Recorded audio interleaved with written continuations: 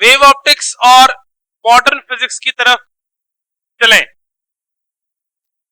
Wave optics ध्यान से समझना, इजी पार्ट है, स्कोरिंग पार्ट है, बोर्ड लेवल पे भी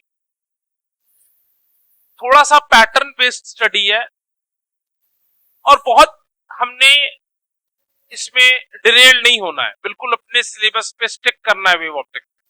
अगर बहुत डिरेल्ड होने से थोड़ी परेशानी होगी। We will stick to the syllabus in wave optics and modern physics. पहली बात यह है कि वेव ऑप्टिक्स को पढ़ने की जरूरत क्या पड़ी, क्यों हमें वेव ऑप्टिक्स पढ़ना पड़ा। रे ऑप्टिक्स तो पढ़ ही रहे थे, परेशान करने के लिए काफी था। कैसे समझ में आया कि वेव ऑप्टिक्स को पढ़ने की जरूरत, को बता सकता है मुझे कैसे पता चला वेव ऑप्टिक्स को पढ़ने की जरूरत, क्या जरूरत पड़ी? नहीं, ये तो कहने वाली बात। लाइट रे की वेव नेचर होगी कि हमें पता कैसे चला। मैं अगर ये मान लूं कि हर सहज दरिंदा है तो उसकी कोई दरिंदे वाली एक्टिविटी भी सामने आनी चाहिए, मेरे मानने से नहीं हो जाएगा ना, है कि नहीं। अगर कोई दिखेगी दरिंदे वाली हरकत तो कह सकते हैं हम। तो लाइट अगर वेव मान रहे हैं कि लाइट का वेव ऑप्टिक्स में पढ़ना है, तो इससे पहले तो ये पता चला होगा ना कि लाइट वेव की तरह बिहेव करता है। वो क्या होता है, जब जब पढ़ाई नहीं है हमने, ये समझो ना, ये लो जैसे थोड़ी थोड़ी टर्म्स रट के आ गई हैं सब, तो जब हमें पता ही नहीं, पहले तो कुछ दिखेगा तब ना सोचेंगे। जैसे लाइट दिखी तो समझ में आया लाइट पढ़ना चाहिए, कोई पार्टिकल मूव करती दिखी तो समझ में आया कि force is equal to mass into acceleration होता है। लाइट में वो क्या चीज दिखी कि उनको लगा कि भाई ये फेनोमेना तो वेव ऑप्टिक्स है, तो हमने पढ़ा ही नहीं रिफ्लेक्शन में। कहां पता, मैं यहां पर खड़ा हूं, किसकी स्पीड किसकी पोजीशन, यहां से लाइट मैंने स्विच ऑन किया, लाइट दिख रही थी, काम खत्म हो गया। स्पीड और पोजीशन साथ में नहीं पता चल सकती, तो जब हमने और पढ़ा तब पता चला, जब हाइजेनबर्ग अनसर्टेनिटी प्रिंसिपल आया तब। सिंपलिस्टिक फॉर्म में सीधे तरीके से कैसे समझ में आया कि भाई वेव ऑप्टिक्स पढ़ना, क्वेश्चन समझ रहे हो, इनकी बकवास बातों को बिल्कुल ध्यान मत देना कि वेव ऑप्टिक्स पढ़ने की जरूरत क्यों पड़ी है। तो सिंपल कहानी हो सकती है ना कि क्यों पड़ी जरूरत। तो हाइजेनबर्ग ये वो, उसके पहले उनको कुछ नीड फील हुई होगी तभी तो। तुमको भूख लगती है तो खाते हो, ये नीड है। वैसे ही कि वेव ऑप्टिक्स पढ़ना चाहिए, कैसे पता चला मैं बताता हूं, नहीं तो ये लोग और बकवास करेंगे।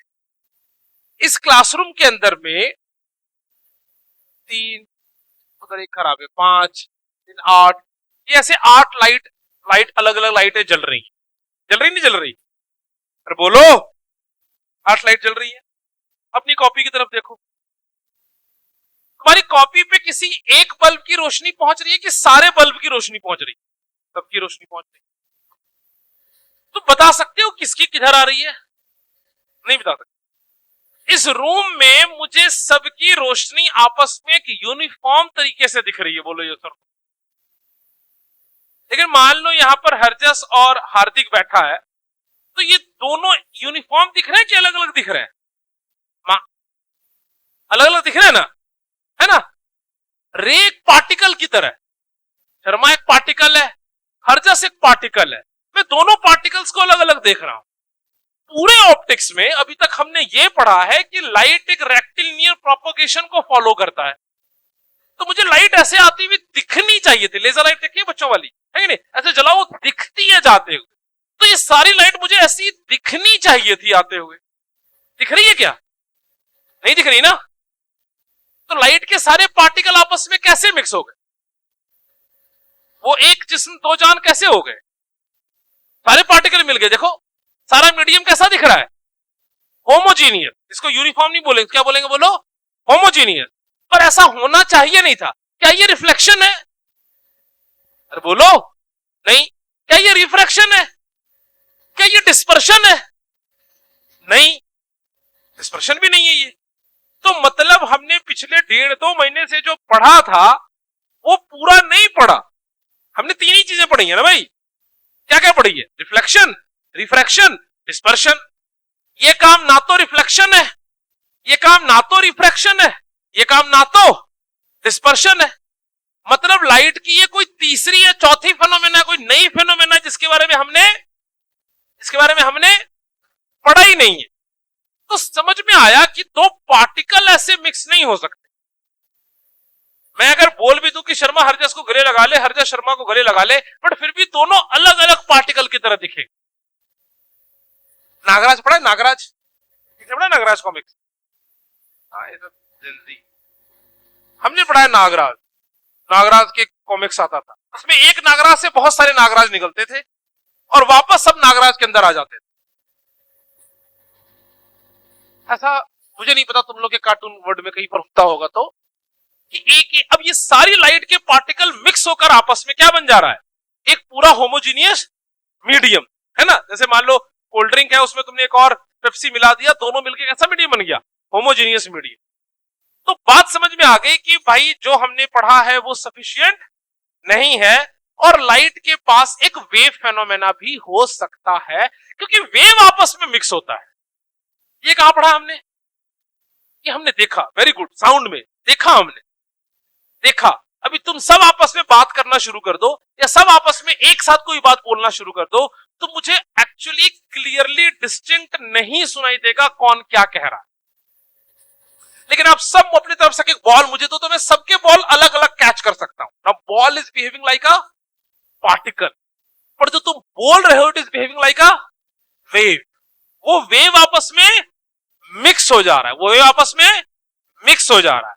तो लगा हमें यहां से क्या कि लाइट की भी बात, लाइट का भी फेनोमेना कुछ कुछ वेव जैसा है, कुछ वेव जैसा है, जैसे हमने साउंड में पढ़ा था। एक बार क्विकली थोड़ी सी बात याद कर लेते हैं, साउंड में हमने कौन कौन सी वेव पढ़ी थी, कौन कौन सी वेव पढ़ी थी साउंड में। लॉन्गिट्यूडनल वेव, ट्रांसवर्स वेव, और इन दोनों के ओरिजिन को क्या कहते थे, मैकेनिकल वेव। तीन तरह की वेव्स हमने पढ़ी थी, मैं आपको याद दिला देता हूं, आप भूल गए होगे, इतने टाइम में भूल भी जाता है। जैसे ये नहीं सेल्फ डाउट में चले जाना कि मेरे को समझ में नहीं आता या मेरे से नहीं हो पाता, भूल जाता है, इतने बात तो बातें भूल ही जाती हो। एक साल पहले रात को क्या बात किया था, कहां याद, भूल ही जाता है। उसी तरह से मान लो अब तीन तरह के वेव, कौन कौन से, लॉन्गिट्यूडनल नहीं, no no, third mechanical, transverse ना, मैटर वेव लिखाया था मैंने, मैटर मटर नहीं, मैटर, मटर वेव। पहला वेव कौन सा, मैकेनिकल वेव, दूसरा वेव ट्रांसवर्स वेव, और तीसरा मैटर। एक और इनकी थोड़ी सी कैरेक्टरिस्टिक्स भी बता देता हूं। मैकेनिकल वेव कौन था, which needs a medium for their propagation. जैसे इस रूम से अगर एयर निकाल दिया जाए तो मेरी आवाज आप तक नहीं पहुंचेगी, साउंड को एयर चाहिए अपने आवाज को एक जगह से दूसरी जगह तक भेजने के लिए मीडियम चाहिए। बट इस रूम को अगर वैक्यूम बना दिया जाए तो लाइट ट्रेवल कर सकती है, लाइट ट्रेवल करेगी, क्योंकि लाइट को मीडियम नहीं चाहिए। और हमने चैप्टर के शुरू में ऑप्टिक्स पढ़ने से पहले हमने एक चैप्टर पढ़ा इलेक्ट्रोमैग्नेटिक वेव्स, और जहां हमने ये सीखा भी कि लाइट को कोई मीडियम की जरूरत नहीं होती। हमने ये प्रूव भी कर लिया, पढ़ भी लिया, सीख भी लिया कि light is an electromagnetic wave which does not require a material medium for their propagation. तो लाइट को ट्रेवल करने के लिए किसी मीडियम की जरूरत नहीं। तो ये हमने पहले पढ़ लिया। तो ये भी पता चल गया लाइट कैसी वेव है, इलेक्ट्रोमैग्नेटिक वेव, ईएम वेव्स। और जो अगला पार्ट आप पढ़ोगे वो सारा मैटर वेव के बारे में, वो सारा कौन से वेव के बारे में है, मैटर वेव के बारे में, जो आप मॉडर्न फिजिक्स में सारा पढ़ोगे। ठीक बात है। अब वेव ऑप्टिक्स में सबसे पहले आया कौन, कौन आया सबसे पहले आए अपने, कौन आया होगा सबसे पहले आए अपने न्यूटन भाई।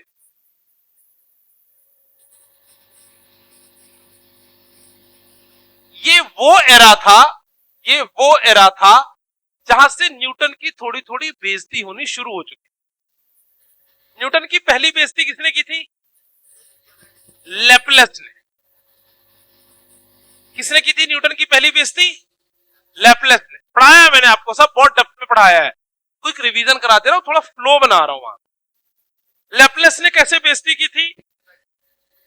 साउंड की वेलोसिटी निकालने के लिए न्यूटन ने कोशिश की। न्यूटन ने क्या कोशिश की थी? साउंड की वेलोसिटी निकालने। और न्यूटन ने साउंड की वेलोसिटी का formula under root of P by rho दिया। क्या दिया था? Under root of P by rho, जहां पी प्रेशर है और रो उस मीडियम की डेंसिटी है, जो गलत हो गया। वहां पे न्यूटन की वो वैल्यू 280 के आसपास आई। थोड़ी खड़ी रहेगी पीछे तुम्हारी, चक्कर तो नहीं आ रहा?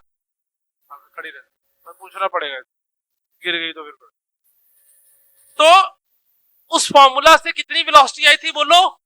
280 मीटर पर सेकंड। कितनी आई थी बोलो? 280 मीटर पर सेकंड, जो बाद में लैपलेस ने बोला था इसका formula under root of gamma P by rho होता।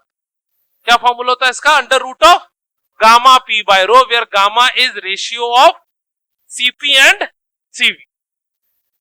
यहां से न्यूटन की क्या हुई थी? पहली बेइज्जती। दूसरी बेइज्जती इधर हुई, जैसे ही मतलब जैसे ही वेव ऑप्टिक्स की बात आई, जब से मॉडर्न फिजिक्स आया, तब से सारे पुराने साइंटिस्ट की बात अधूरी रह गई। थोड़ी थोड़ी आइंस्टाइन अपने जगह पे टिका रहा। यहीं पर आइंस्टाइन को न्यूटन से ज्यादा एज मिलता है, क्योंकि आइंस्टाइन की कही भी बात मॉडर्न फिजिक्स में बहुत हद तक वैलिड है। बाकी दूसरे किसी साइंटिस्ट की बात मॉडर्न फिजिक्स में वैलिड नहीं रही। अभी तुमको शायद पता हो कि नहीं पता, अभी फिजिक्स में 2 लोगों को नोबेल प्राइज मिला है। पढ़ा है किसी ने? आज जाके उसमें यूट्यूब करना या छुट्टियों में यूट्यूब पढ़ना, पूरा क्वांटम मैकेनिक्स उन्होंने थ्योरी दी है। समझ में कुछ नहीं आएगा तो यूट्यूब कर लेना एक बार। उन्होंने सारा सिस्टम नया बताया उसके अंदर। तो मैकेनिक्स के कई कई फॉर्मूलाज को बिल्कुल ही चेंज कर रहे। खैर वो बात हम बाद में करेंगे, हमने वहां जाना भी नहीं है, अब उसकी बात हम नहीं करने बैठे। तो न्यूटन ने क्या बोला? न्यूटन ने दिया वेव के बारे में कॉर्पसल्स थ्योरी। कौन सी थ्योरी दी? कॉर्पसल्स। और न्यूटन की कॉर्पसल्स थ्योरी ठीक भी थी। कहां तक? रिफ्लेक्शन तक, रेक्टिलिनियर प्रोपगेशन तक, रिफ्रैक्शन तक। बट जो वेव के फेनोमेना की बात आई, जब वेव की फेनोमेना की बात आई, तो वहां न्यूटन की थ्योरी जो है वो फेल हो गई। वहां न्यूटन की थ्योरी क्या हो गई बोलो बच्चों?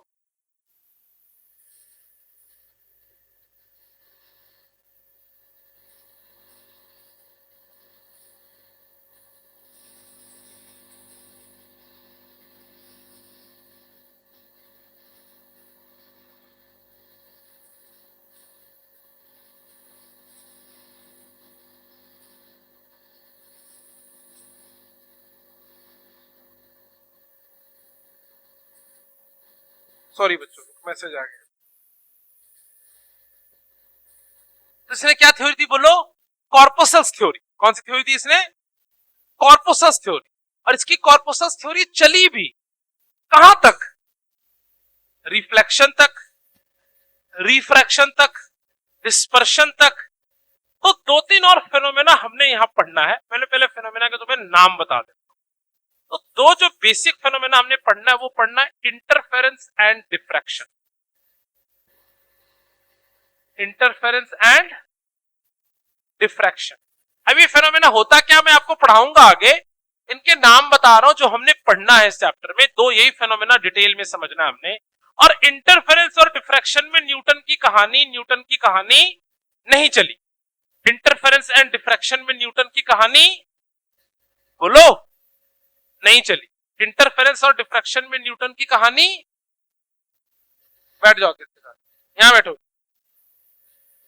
इंटरफेरेंस और डिफ्रैक्शन में न्यूटन की कहानी नहीं थी।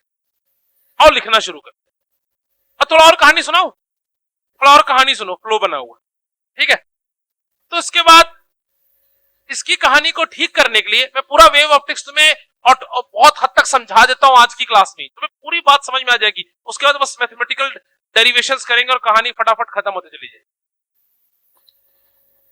कहानी किसकी गड़बड़ होगी बोलो? न्यूटन की। न्यूटन बोला कॉर्पसल्स की तरह चलती है, ऐसे एक लाइन में ऐसे रे चल रही होती है। बोला सब ठीक है, पर वेव ऑप्टिक्स समझ में नहीं आया। क्या समझ में नहीं आया? कि इस रूम में 2 लाइट आपस में कैसे मिक्स हो रहा है बोलो? न्यूटन ने इधर की बात की, बात खत्म हो गई। वहां से एक साइंटिस्ट आया जिसका नाम था हाइगन। क्या नाम था? HUY, हाइगन, ह्यूजन, हाइगन।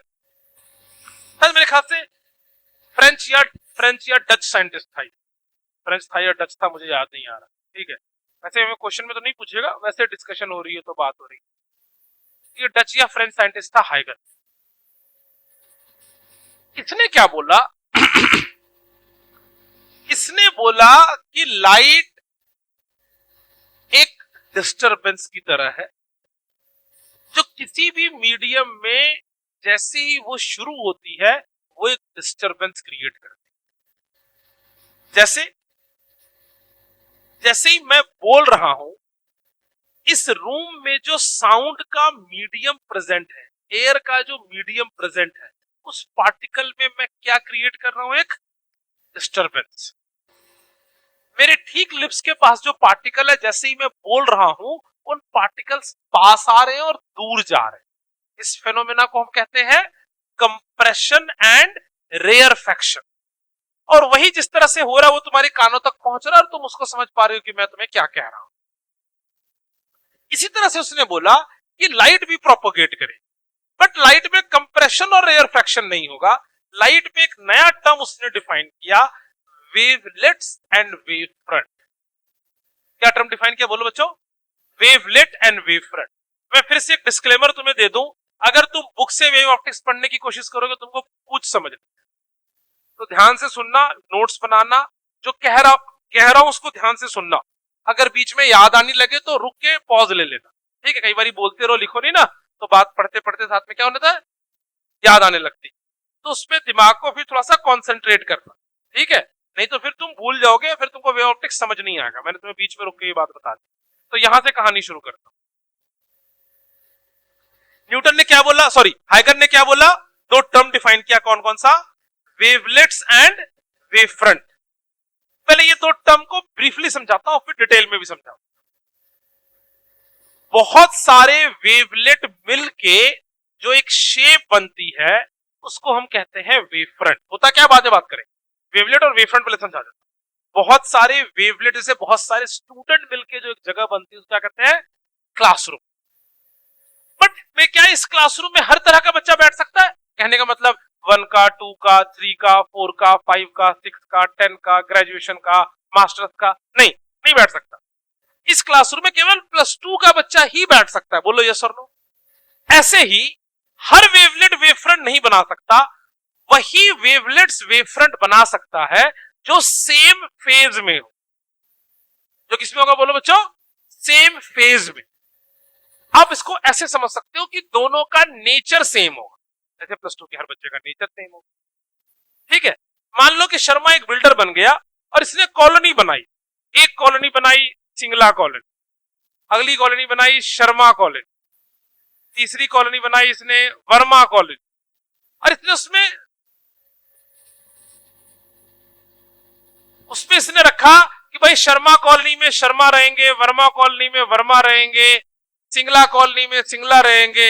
जैसे +2 की क्लास में +2 बैठेगी, +1 की क्लास में +1 बैठेगी, 9th के में 9 और 6 में 6, सो ऑन। इसको क्या कहेंगे? हर एक 6 क्लास के बच्चे का सिलेबस लगभग सेम है। उसी तरह से हर वेवलेट जिनका नेचर सेम है उनको क्या कहा जाएगा? They are in same phase. और इसको हम दूसरे शब्दों में कह सकते हैं उनके बीच का फेज डिफरेंस किसके बराबर होगा बोलो बच्चों? 0। उनके बीच का फेज डिफरेंस किसके बराबर होगा बोलो बच्चों? 0।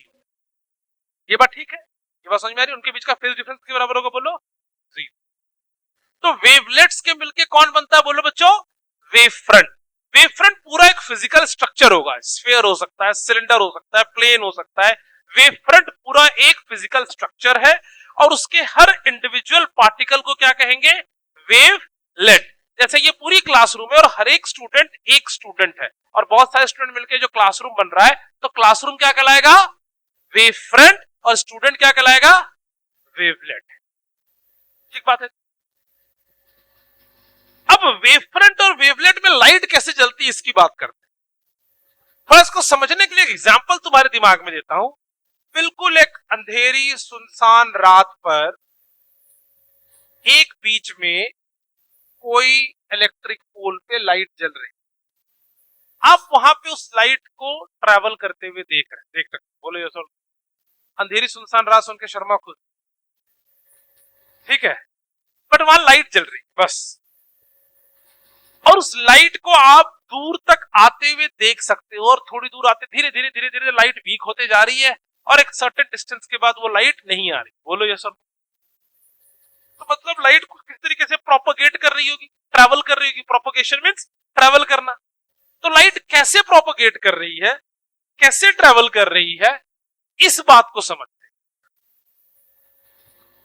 उसने वेवफ्रंट के बारे में भी दो टर्म डिफाइन किया, प्राइमरी वेवफ्रंट और सेकेंडरी वेवफ्रंट। क्या टर्म डिफाइन किया, बोलो बच्चों, प्राइमरी वेवफ्रंट और सेकेंडरी वेवफ्रंट। मैं फिर से एक बात बोल रहा हूं, ऐसी ही कहानी अभी से लेकर पूरे मॉडर्न फिजिक्स तक चलेगी। तो मेरी क्लास आने से पहले थोड़ा माइंड काम करके आना, बुक से पढ़ोगे तुमको बहुत कट समय लगे, मैं ऐसे कहानी में ही तुम्हें सारा बचा हुआ सिलेबस सुना दूंगा, हर एक क्वेश्चन सॉल्व हो जाएगा, पूरा कंसेप्ट क्लियर हो जाएगा। लेकिन मुझे तुम्हारा फेस देख के पता नहीं चल रहा, बट इतना पता चल रहा है कई का मन भटक रहा है इधर उधर, किसी को कल की याद आ रही है, किसी को परसों में क्या करना है वो याद आ रही है, किसी को बस याद आ रही है, ठीक है। ये वाली चीज एक जगह रखो, क्योंकि मॉडर्न फिजिक्स खत्म हो जाएगा, तुमको लगेगा सर खत्म हो गया, या तो कुछ है नहीं, हमने कहानी है पूरी। वेव ऑप्टिक्स के नोट्स भी बनवाऊंगा, बाकी के नोट्स तो ऐसे ही पता चल जाएगा, क्योंकि एज इट इज सारे एक्सपेरिमेंट्स हैं। तो तुमको कहानी सुननी है, समझनी है, दिमाग में रखनी है, रिवाइज करना है, क्वेश्चंस करने हैं, तभी तुम इस थ्योरेटिकल पार्ट पे स्कोर कर सकोगे। वेव ऑप्टिक्स में तो क्वेश्चन भी है, न्यूमेरिकल्स भी हैं, कई पार्ट में मॉडर्न फिजिक्स की थ्योरी है बहुत ज्यादा, न्यूमेरिकल्स कम है, बिल्कुल फॉर्मूला बेस्ड न्यूमेरिकल्स है। तो ये मैं पहले बता दिया, माइंड को काम करके रखना, तभी ये सारी बात समझ में आएगी। कहानी फिर आगे चला, हम कहां थे, प्राइमरी और सेकेंडरी वेव। कोई भी वेव फ्रंट प्राइमरी और सेकेंडरी फिक्स नहीं होगा। कहने का एग्जांपल जैसे मैं बता, मान लो ये है हार्दिक शर्मा,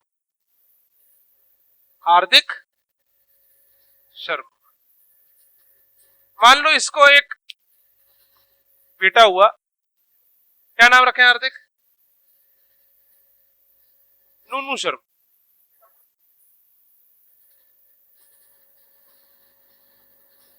और नूनू शर्मा को फिर एक बेटा हुआ पूनू शर्मा।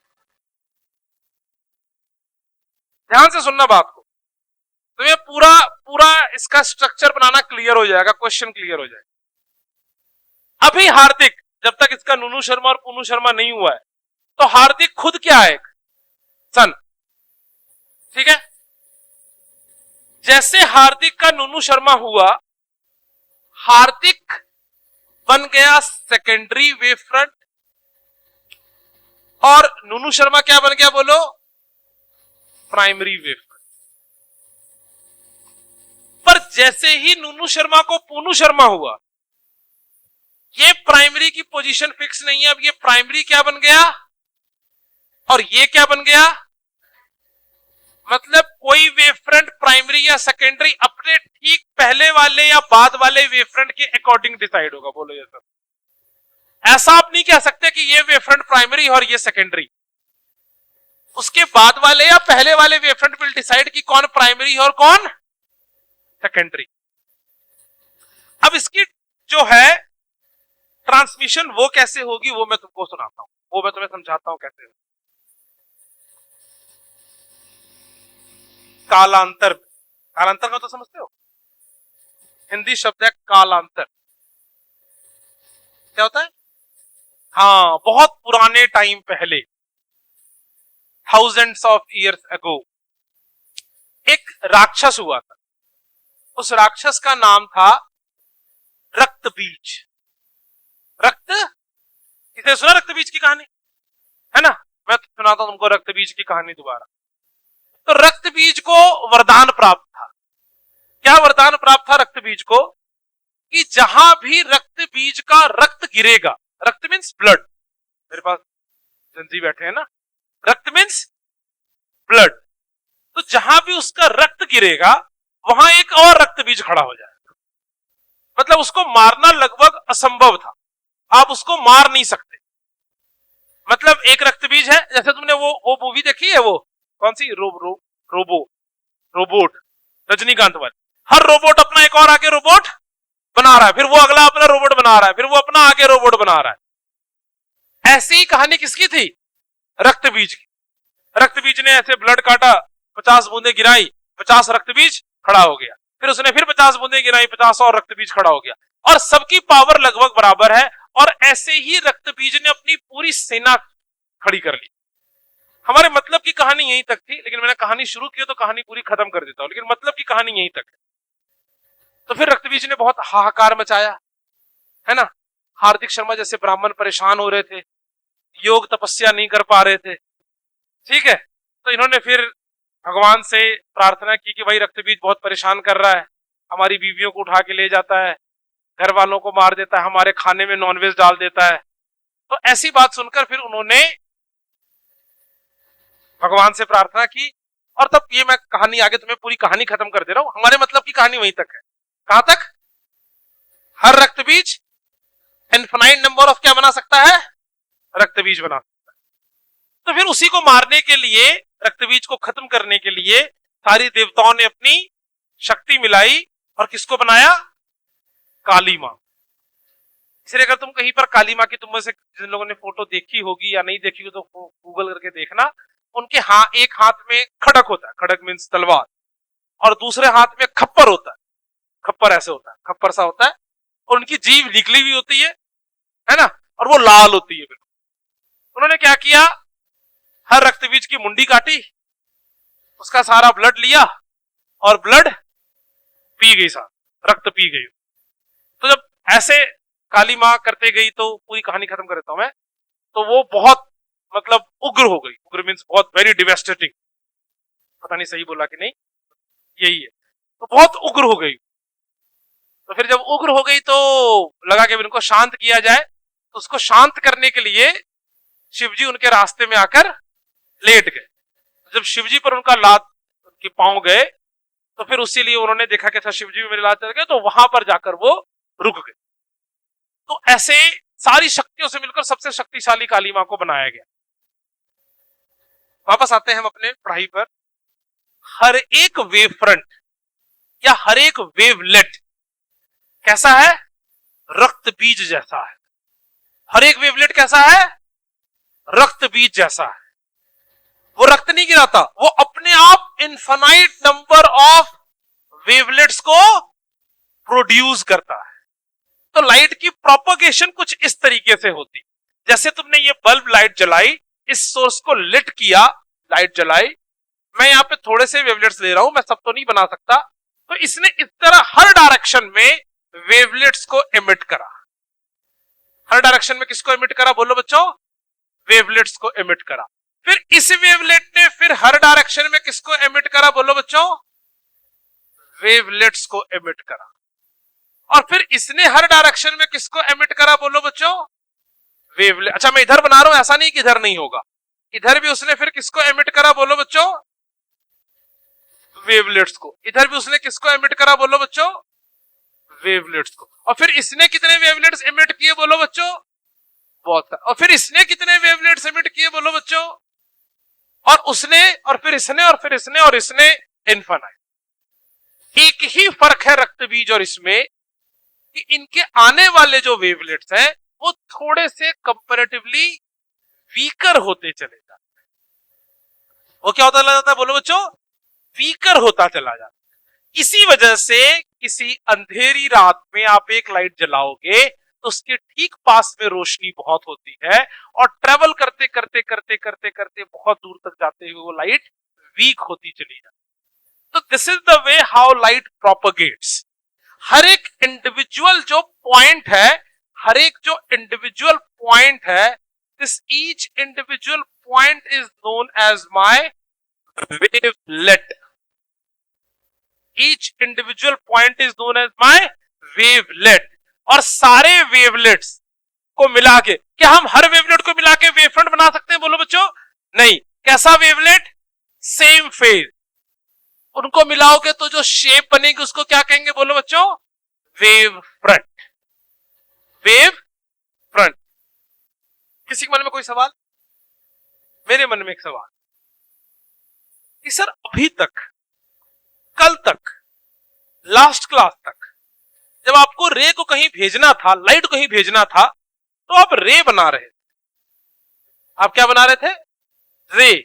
तो क्या रे और वेवलेट सेम बात है कि अलग अलग बात है? बच्चों अलग अलग बात है। रे और वेवलेट दोनों अलग अलग बात है। वेवलेट एक पार्टिकल के जैसा जरूर है, पर वेवलेट जाएगा किधर उसको कौन बताएगा? बोलो, रे बताएगा।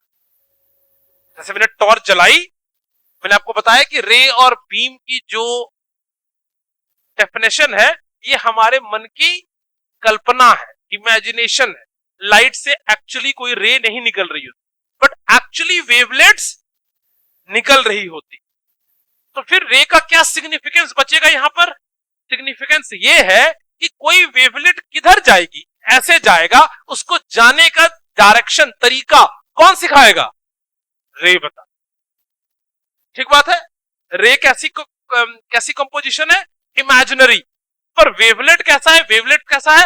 Actually they are particles, they are actual the particle. मैं डिफरेंस भी लिखवा दूंगा, कहीं भी बात समझ में आ गई? तो वेवफ्रंट होगा कैसा? तो वेवफ्रंट कैसा होगा, ये इस बात पे डिपेंड करेगा कि सोर्स कैसा है। वेवफ्रंट कैसा होगा किस बात पे डिपेंड करेगा? बोलो बच्चों, कि सोर्स कैसा है। अगर आपके पास एक पॉइंट सोर्स हो, कैसा सोर्स हो? बोलो बच्चों, पॉइंट सोर्स, तो ये हमेशा एक स्फेरिकल वेवफ्रंट बनाए। कैसा वेवफ्रंट बनाएगा? बोलो बच्चों, स्फेरिकल वेवफ्रंट। फिर नींद आ रही है? जा मुंह धो के आ जाओ। ये कैसा वेवफ्रंट बनाएगा? बोलो बच्चों, एक स्फेरिकल वेवफ्रंट। ये सारे वेवलेट्स को आप मिला लो। अच्छा, जो मैंने एरो बनाया है वो क्या है? द एरो इज द रे। और इसके ऊपर लाइट कैसे ट्रेवल कर रहा है? एक वेव की तरह। इस तरीके से इसके ऊपर कौन ट्रेवल कर रहा है? बोलो, वेव ट्रेवल करता है। इसके ऊपर ऐसा कौन ट्रेवल कर रहा है? बोलो बच्चों, वेव ट्रेवल करता है। और इस वेव को किधर जाना है ये कौन बता रहा है? बोलो, रे। एक दिवाली रंगोली का डायग्राम मैंने तुम्हें दे दिया कल के लिए। और इन सारे इंडिविजुअल पार्टिकल्स को आप मिला दो, आगे से भी मिला दो, पीछे से भी मिला दो, तो जो पूरा एक स्फेयर बनेगा, this is my spherical wave front. This is my spherical wave front, and this each particle is my wavelets. और ये सारे वेवलेट्स किसमें होगा? Same phase. तो स्फेरिकल वेवफ्रंट कब बना है? By the point source, by the point source.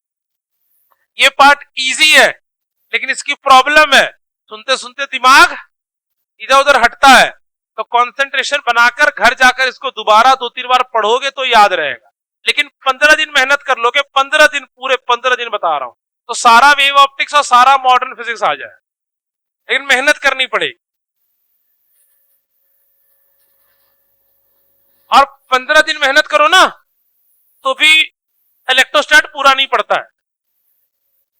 फर्क बता रहा हूं दोनों में। 15 दिन मेहनत कर लो, सारी मॉडर्न फिजिक्स और सारा वेव ऑप्टिक्स हो जाएगा। लेकिन 15 दिन मेहनत करो, फिर एक कैपेसिटर का क्वेश्चन दूंगा, मूर्छित हो सकते हो। अच्छा, आगे आ जाओ। इसीलिए मैं बार बार कहता हूं कि इस टॉपिक पे एंड में आकर तुम्हारी पूरी कंसंट्रेशन चाहिए। मेहनत कर लो, 30-35 नंबर पूरे हो जाएंगे, एक थोड़ा कॉन्फिडेंस बूस्ट हो जाएगा। ऑप्टिक्स पूरा कर लो, सेकंड बुक शेप में आ जाएगी। फर्स्ट बुक तुम्हारी ठीक ठाक है, थोड़ी मेहनत करोगे शेप में आ जाएगी वो। अच्छा, वापस आओ। अब सोर्स कैसा होगा? बोलो बच्चों, मेरे पास एक लाइन सोर्स। कैसा सोर्स होगा? बोलो बच्चों, एक लाइन सोर्स। ये कैसा सोर्स है? Line source.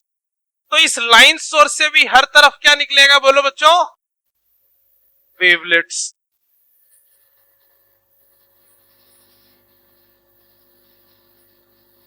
मैंने इतनी तुम्हें इमेजिनरी कहानियां सुना दी हैं, कहानियों को याद रखोगे, वेव ऑप्टिक्स का कंसेप्ट क्लियर रहे।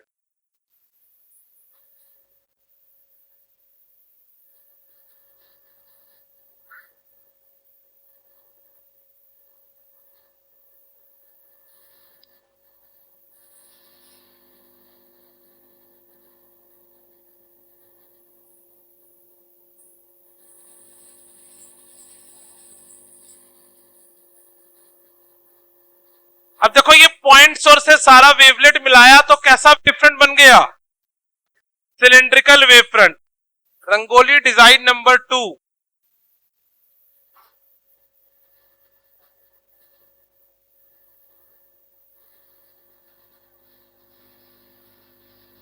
अरे रेड में सेलेक्ट कर।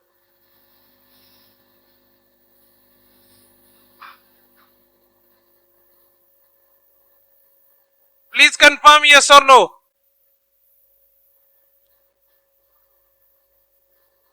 और ये वेव फ्रंट्स यहीं रुक जाएगा या आगे तक जाएगा? आगे तक जाए। तो ये मेरा लाइन सोर्स है,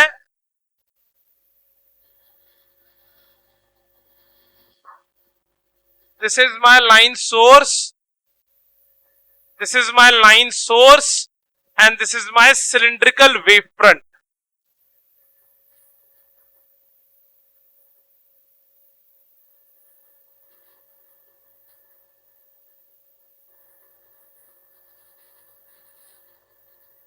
cylindrical wave front and line source. हाँ ना बोलो यार।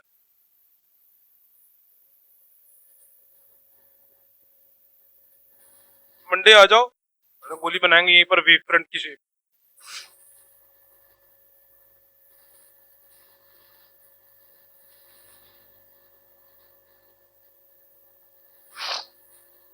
आ जाओ नेक्स्ट। लाइट ट्रेवल कैसे करती है? सीधा कि ऐसा? ऐसा एक्सपैंड करता है। तो कोई पॉइंट सोर्स है,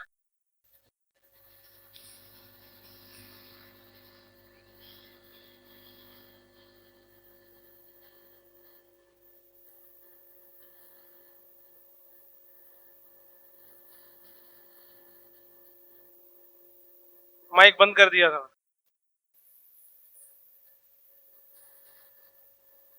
ये कैसा सोर्स है बोलो बच्चों? Point source. तो पॉइंट सोर्स का वेव फ्रंट कैसा बनेगा? स्फेरिकल। ये स्टेटमेंट इनकंप्लीट है, पूरी बात करता हूं।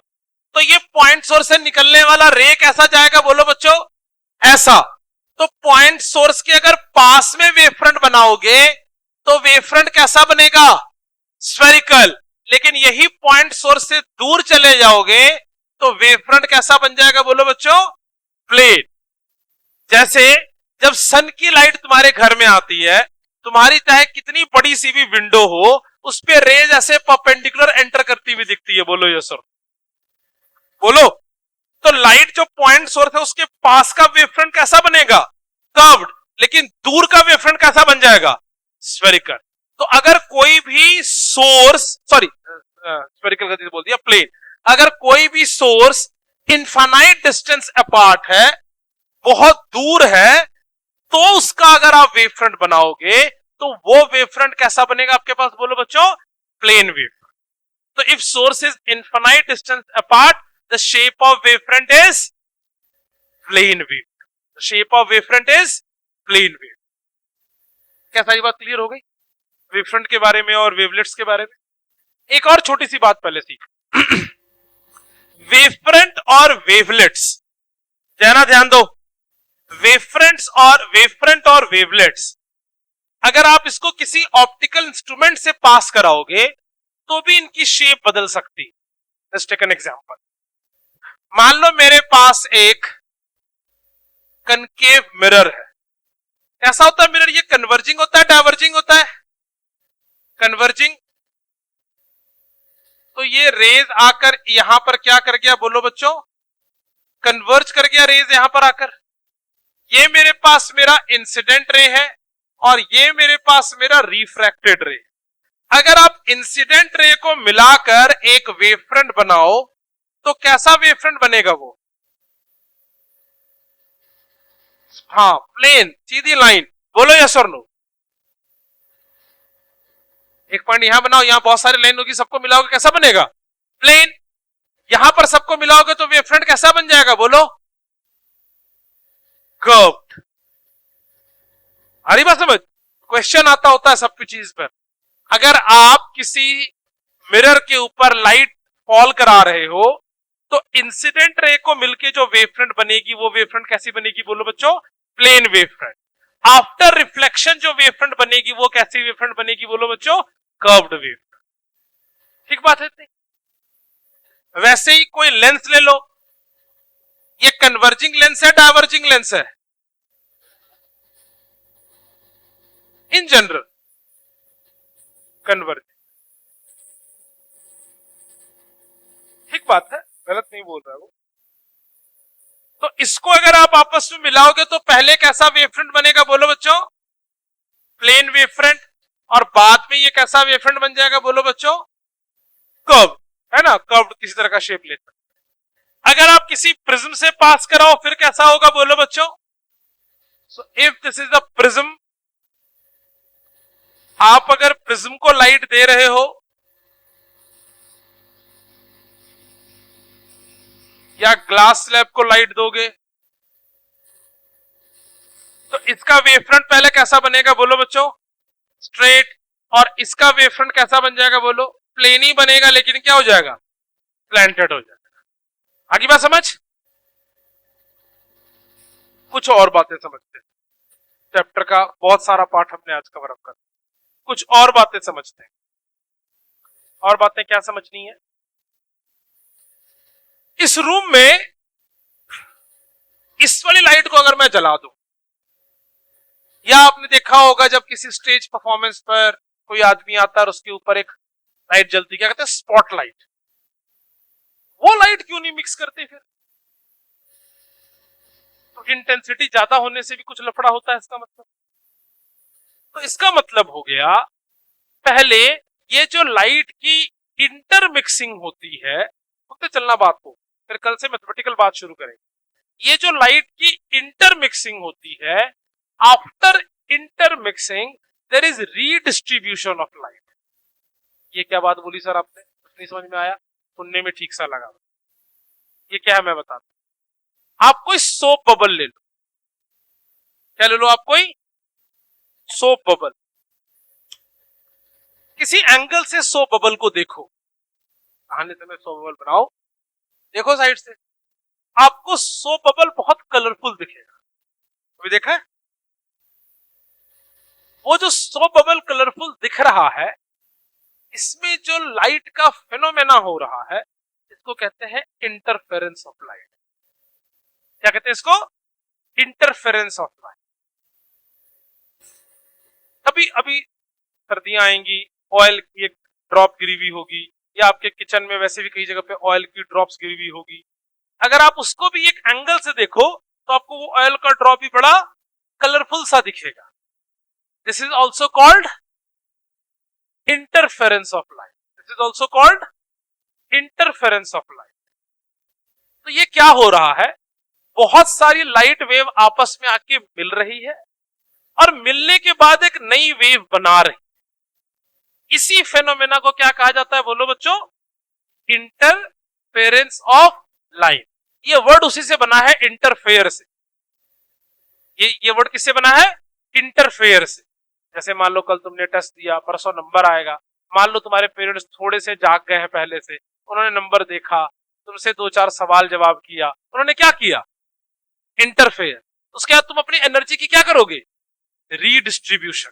पहले सारी एनर्जी जो रात को आप मीठी बातों पे लगा रहे थे, अगर आपके घर वालों ने मेरे कहने पर आपसे फोन छीन लिया, गैजेट्स छीन लिए, है ना, फिर आपके पास मीठी बात करने का स्कोप नहीं बचा, 2-4 रात तक यादें आई और उसके बाद फिर आप वापस कॉपी पेन लेकर पढ़ने बैठ गए, तो आपने क्या किया? अपने एनर्जी की रीडिस्ट्रीब्यूशन। तो जब पहले पहले क्या होगी? इंटरफेरेंस। इंटरफेरेंस का मतलब दो वेव का आपस में मिलना, और उसके बाद लाइट की क्या होगी? बोलो बच्चों, रीडिस्ट्रीब्यूशन, तो वहां से जो नए कलर दिखेंगे, तुम्हारे अगले टेस्ट के जो नए नंबर दिखेंगे, उसको क्या कहा जाएगा? उस पूरे फेनोमेना को क्या कहा जाएगा? Interference. What is interference? Superposition of two waves, बोलो, superposition of two waves, and after superposition there is redistribution of light. केवल सुपरपोजिशन से काम नहीं होगा, साथ में क्या करना पड़ेगा? बोलो, रीडिस्ट्रीब्यूशन ऑफ लाइट। तो यहां से एक टर्म समझाता हूं आपको, सुपरपोजिशन ऑफ, ये भी पहले पढ़ा रखा है, एक बार याद दिला देता हूं। तो सुपरपोजिशन ऑफ वेव का सिंपल मतलब होता है intermixing of two waves.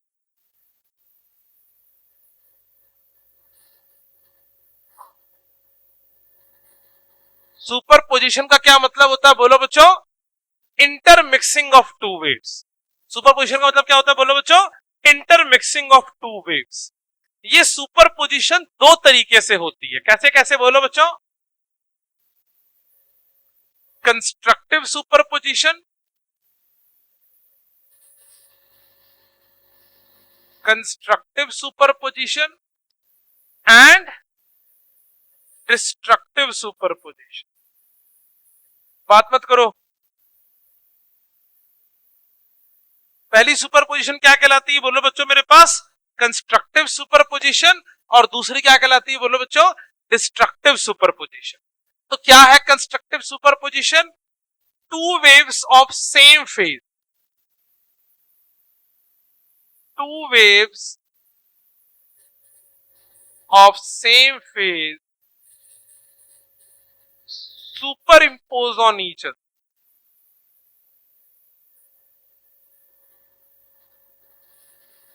Two waves of same phase superimpose on each other, तो क्या होगी? बोलो बच्चों, constructive superposition.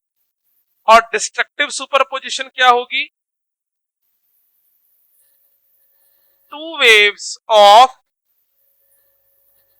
Out of phase superpose on each other. दो वेव्स जो आउट ऑफ फेज का है, उनके सुपरपोजिशन से कौन होगा? बोलो बच्चों, डिस्ट्रक्टिव सुपरपोजिशन। डायग्रामेटिक तरीके से देखना यहां पर, ये मान लो एक वेव है जिसका एम्पलीट्यूड y1 है और ये मान लो दूसरा वेव है जिसका एम्पलीट्यूड y2 है।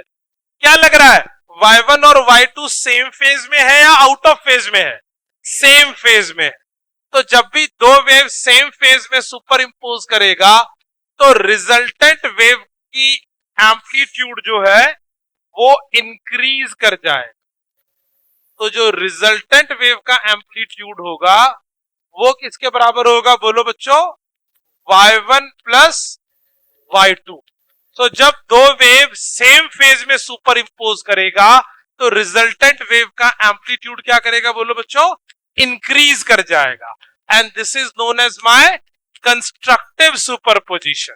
ठीक है, और तो याद रखोगे, in constructive superposition,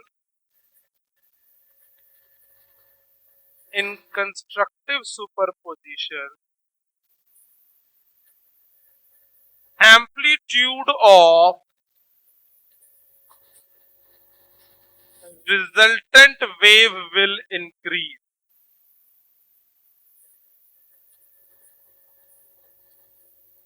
Amplitude of resultant wave will increase.